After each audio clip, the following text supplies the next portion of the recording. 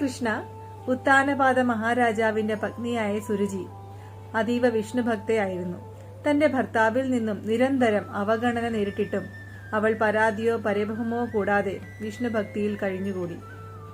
കേവലം 5 വയസ്സ് മാത്രം പ്രായമുള്ള ധ്രുവൻ ഒരു ദിവസം തന്റെ സഹോദരനെ തന്റെ പിതാവ് മടിയിലിരുത്തി ലാളിക്കുന്നത് കണ്ടപ്പോൾ തനിക്കും അങ്ങനെ ഇരിക്കണമെന്നും അച്ഛന്റെ വാത്സല്യം തനിക്കും വേണമെന്ന് ആഗ്രഹിച്ച് അദ്ദേഹത്തിന്റെ അടുക്കിലേക്ക് ഓടിയെത്തി.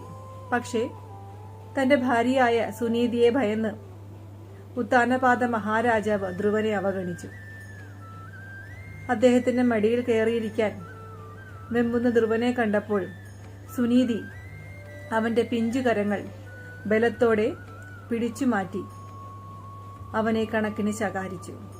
അപ്പോൾ എല്ലാവർക്കും ഹരേ കൃഷ്ണ.